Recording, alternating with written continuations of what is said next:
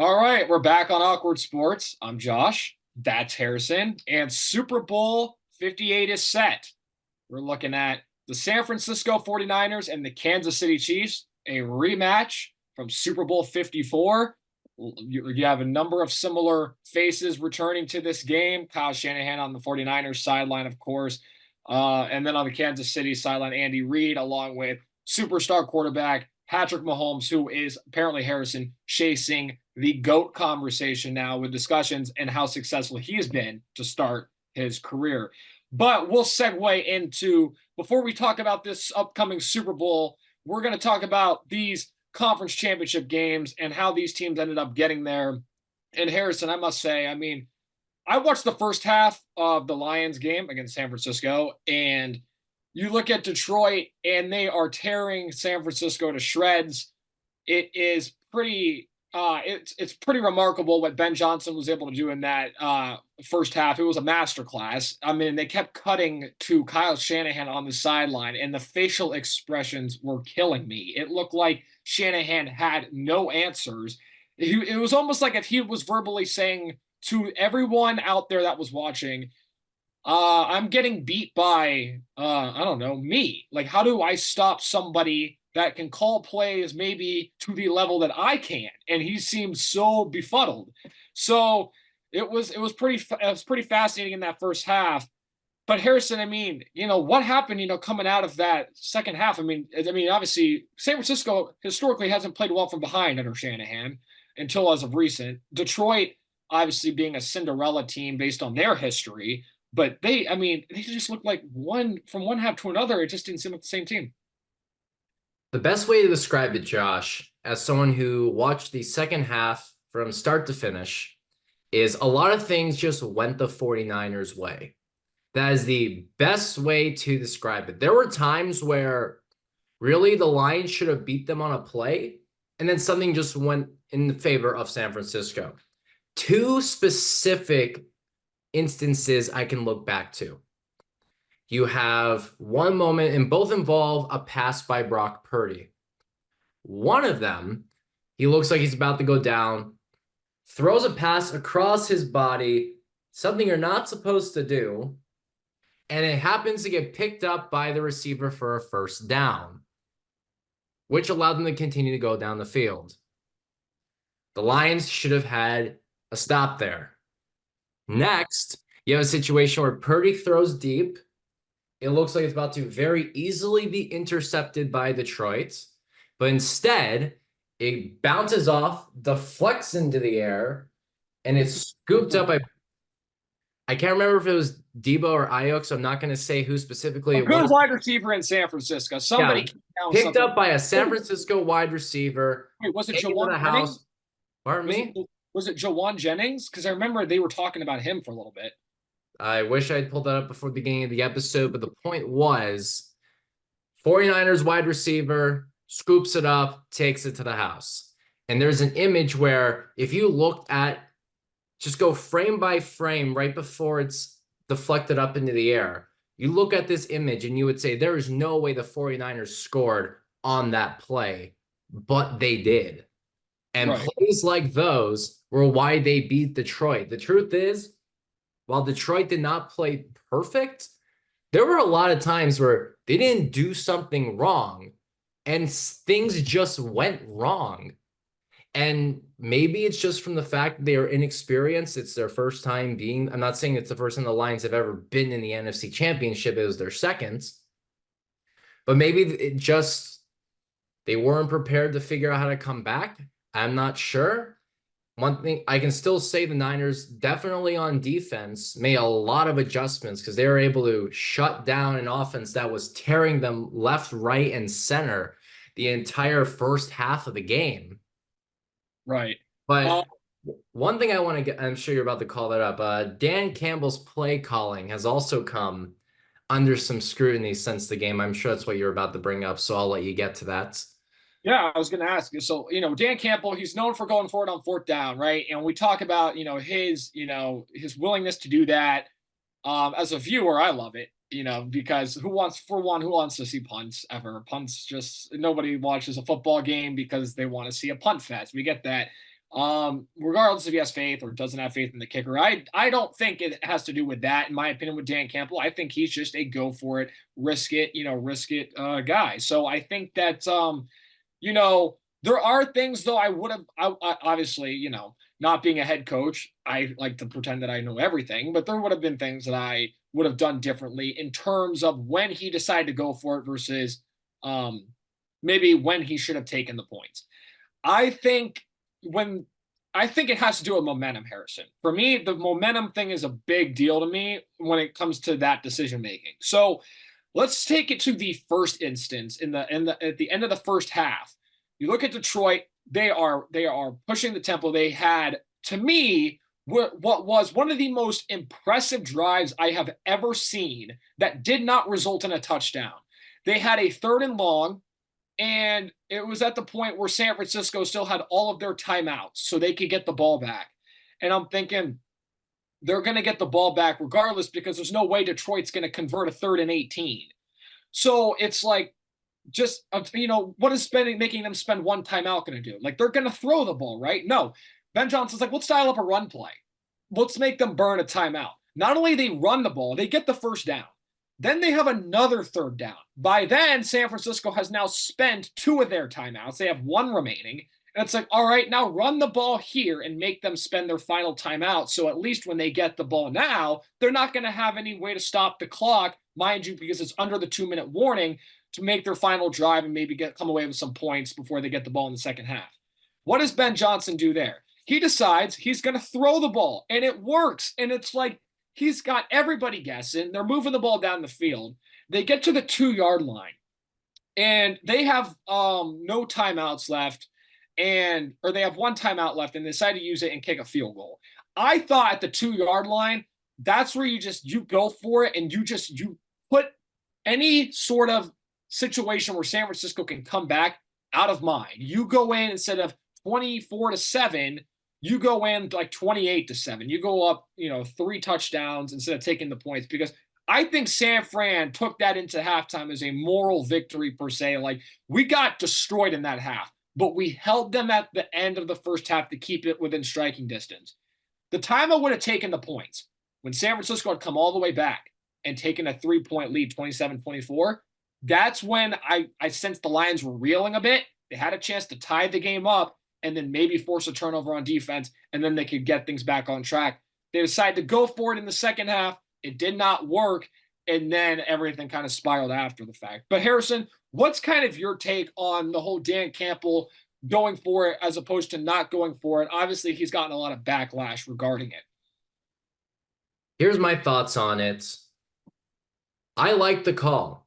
Just because it doesn't work out doesn't mean just because it didn't work out doesn't mean it's automatically the wrong choice. It's very easy to look at the final score and be like, what did I tell you? Should have taken the points. Believe you know how many times I have seen that argument before where you just look at the final score and say, what did I tell you?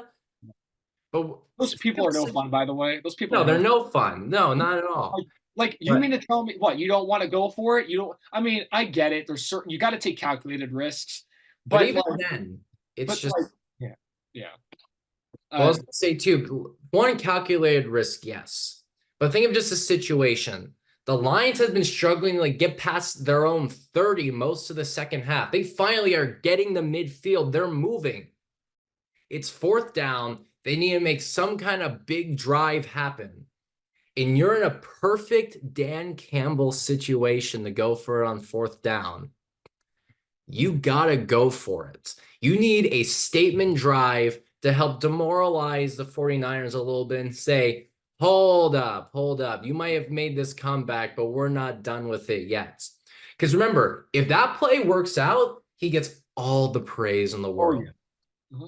But because he didn't, yeah, exactly. But you get all the praise or you get all the heat. And that's something I actually really stand by. Yeah. And I get that argument too, but I just want to point out as well. One, the Lions kicking situation is not great. You're asking a kicker with not a lot of success from far out to kick a field goal of greater than 40 yards. It's not like you had Justin Tucker sitting on your team in his prime.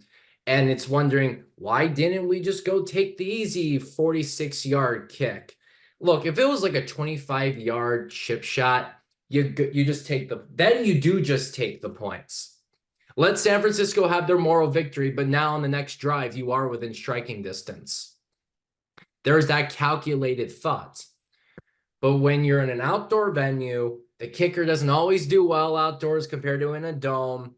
And you've been doing this all year, and it has worked going for on fourth down. The Lions got that far because they had that risky thought process. I think they had every reason to do what they did. And even above that, think if you're Dan Campbell. You have Jared Goff at quarterback, the receiving options he has with St. Brown, Laporta. I know Laporta's not a wide receiver, but you get the point. Or Williams. You have it where pass catchers, right? And spectacular playmakers. Yes. But at the same, if you can't trust those guys in some of the most important situations of the entire season, a trip to the Super Bowl is on the line, and you can't say, I trust my quarterback and his weapons to get that big play done, something is wrong. So all the props in the world to Dan Campbell for trusting his guys. It didn't work, but that is such an important thing as a head coach. You have confidence in your players. And staying consistent, right? And staying true to yourself. Exactly. Like why suddenly just change now? That's been something he's been preaching all year. That's the mantra he's lived by. And also to point out, Lions fans, good news, Ben Johnson is going to be staying around. Many did not believe at the end of this season that he was going to be returning as the Lions OC. He's going to be back. So that's huge for Detroit. They're going to get a chance to run this thing back. They're going to all be more familiar. They're going to have another draft under their belts. It's going to be pretty epic to see what this Lions team can do. Because remember, coming into this season, people weren't really sure about what the Detroit Lions were going to look like. Well, some people thought they were going to be a good team, decent team. They turned out to be an elite team and the real deal. Now, going into the next year, it's going to be interesting to see how they can now make that jump from a conference championship to maybe their first ever Super Bowl appearance in franchise history. But gonna pivot over to this, and I also wanted to make a point for the Lions fans. I have never seen a watch party like the Detroit Lions game. Oh my God, wasn't that spectacular? I wish I was there. I'm not even a Detroit fan. I would have loved to have been there. Yeah, the stadium was packed as if there was a game happening there. Like every seat was full. And it's remarkable because there are so many sporting events that you go to that have trouble filling all the seats when there's a game actually taking place in the venue. Detroit's absolutely showed up and showed out for that. So that was really cool. Some of the ones that traveled, again, Detroit kind of felt to me, and the way this whole thing ended, obviously the game probably didn't go as many expected it to go, but the way the NFC kind of sorted itself out by the end of the season, that's kind of what it felt like to me. It felt like San Francisco was the team in the NFC, and then Detroit was the next best team. And that's exactly kind of what we saw through all of it.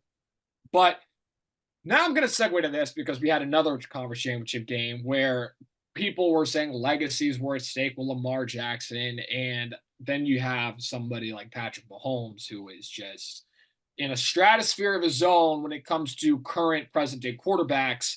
But I wanted to address this part first, the whole Lamar legacy thing. I get he struggles in the playoffs, but then again, I've also never put him up with some of those all-time greats. I think he's a good quarterback, but I've also been up here and said that there hasn't been a quarterback this season that has deserved or earned the MVP award. Everyone has been driving this Lamar bus now for the past couple of weeks. He's the MVP.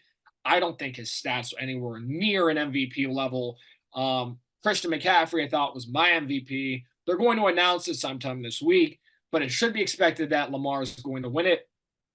Harrison, what was your thoughts, at least on the Ravens side of things from this game? Obviously, coming in, being the number one seed, people, because of that, being the home team, had expectations that they were going to make the Super Bowl this year because they just not only beat a lot of great teams in the regular season, but they manhandled a lot of those teams.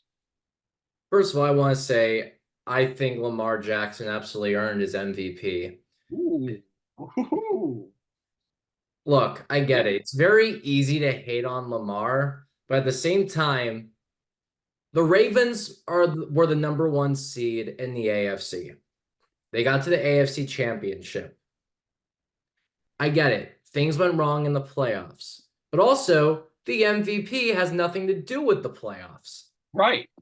So just from there, Lamar had a great season as a quarterback. He shows he's not just great for a running back who can throw, because you remember all that narrative at the beginning.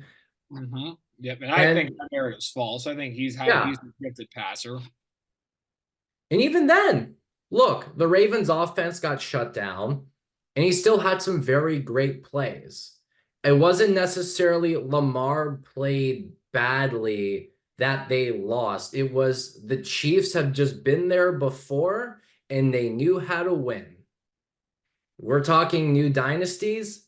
That's the best way to put it. How many times the Patriots probably should not have won that game, but in the end, they just did things more right than the other team. That's Yeah. the best way to describe that game. Yeah. And I would say branching off of that point, I do think that Patrick Mahomes has entered this echelon of coaches and athletes in all of team sports where when you're going against somebody like that, they're never out of it until they're out of it. When you see No, teams going up never. against Tom Brady, they might have been ahead, but it's like it's still Tom Brady on that sideline. He's still capable of making things happen. Patrick Mahomes is now in that club. You're not going to beat him until you actually have the I higher see it. score with 0-0-0 on the game clock, and nobody knows that better than Bills fans throughout the course of his tenure as and his career as the Chiefs quarterback. But this was a game between Baltimore and Kansas City. Felt old school, defense first.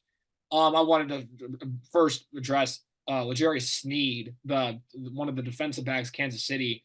I have never seen a more timely What a fumble. play. I have never seen that. And this Chiefs team Looked like is a guaranteed touchdown.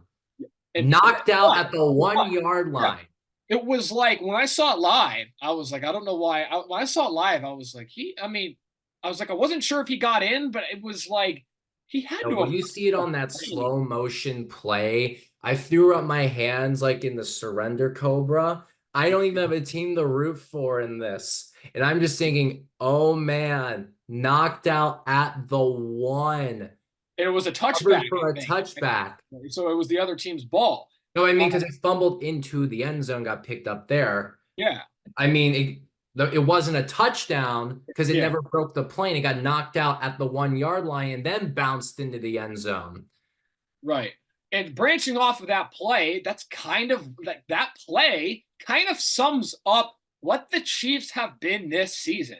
This Kansas City Chiefs team is not the Kansas City Chiefs team that's going up against the San Francisco 49ers 4 years ago in Super Bowl 54 in Miami.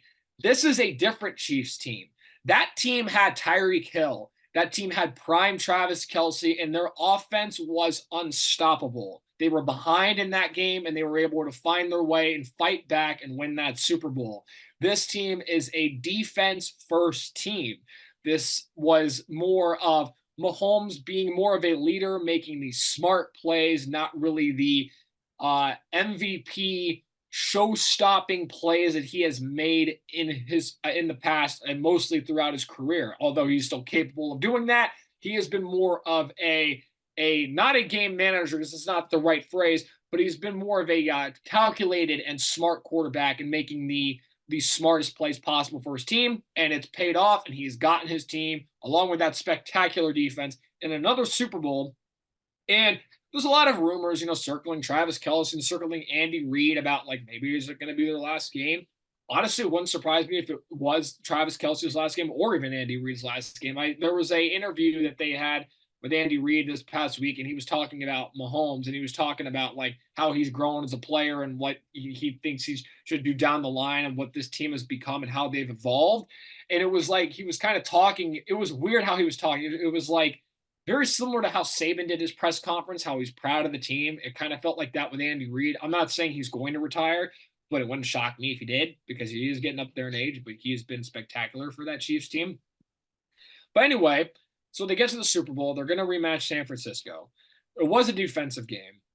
We talked about the Snead play, but like Baltimore and Kansas City, I mean, I can't say that I thought that was going to be the AFC Championship coming in to the season. The Ravens really surprised me this year. I thought Harrison was going to be more of like a Miami team. I thought Miami was going to be a team, even though I came on here and thought they were going to lose a game, and then they dropped 70. So, but it's You pretty just fascinating. love pointing out your worst prediction of all time in every episode. So funny though. I like it's one of those that was so comically bad that like I wouldn't say I'm proud of it, but it's almost like somebody like it's almost like they heard me. It was You weird. just hear the Curb Your Enthusiasm theme in the background as they put saying boom, boom, boom, na na na na na na na na na, and you're seeing there. Yeah, and it's like yeah, and it was pretty spectacular. Speaking of that, how many you said there's one more season of that? Is that what if that they're coming out with a final Yeah, season? there's a final season of Curb Your Enthusiasm coming out. I don't remember the exact release dates. I'm just curious. The big question with Curb is just how does it end? Because one, the Seinfeld ending was so notorious back in '98, and Larry David was part of the Seinfeld production crew. If you see most episodes, it said like I forget director or produced by, will say Larry David to start the credits. Last time the show kind of came to an end, there wasn't really a finale, and I'm sure part of that was because of the way everyone reacted to the Seinfeld ending. But who knows? I don't really know how you do a finale for Curb. I almost feel like the best way to do it is to just have it just kind of abruptly end. I Right. think it'd be great for everyone just because like even if you do a finale and no one's happy, everyone's gonna say, that's it. That's how it ends. And in this case, if you just have it go like a normal episode where you treat it like there's gonna be a season 13, everyone's still gonna go, that's it. That's how it ends. That's and that'd be definitely be poetic. And obviously, you speak of some of the people that have been on that show. Obviously, Seinfeld has been on that show, and He's on he's like one or two episodes, I think. yeah, he was. And obviously, speaking of like people on that show, I wonder if any of them are going to be at the Super Bowl this year. Seinfeld was at MSG a couple weeks ago for a random Knicks Magic game, but it'd be fascinating to see if Seinfeld or anybody will be out to Las Vegas to catch what is going to be a good preview.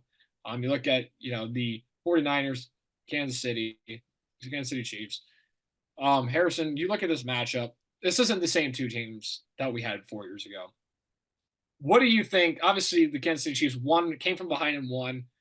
How do you think this game's going to play out? Look, I'm going to say the exact same thing that you said before, because I would have said the exact same thing if you hadn't. It's the Chiefs' game to win until they don't. Look, in the end, the 49ers are a great team. If I'm just going to say who I think is going to win, would I be shocked if San Francisco won? No, I've seen the Chiefs lose the Super Bowl before. It's not totally crazy. We've seen them blow leads against teams that went on to the Super Bowl. But we all know one thing's for certain. It is Patrick Mahomes' Super Bowl to lose. He has been there before. Something is just and remember, I know a lot of people don't like hearing Chiefs fans say they counted us out or something like that, but the Chiefs in a way were kind of counted out. They were. This isn't University of Georgia. This isn't University of Georgia where they No, won. like they had such a rough ending to the season. Everyone's like, "Oh, Chiefs fans are saying, wow, they counted us out." I'm like, "But you did." Yeah. Everyone was laughing at people were making jokes that Taylor Swift destroyed the team. It was And funny they because won't.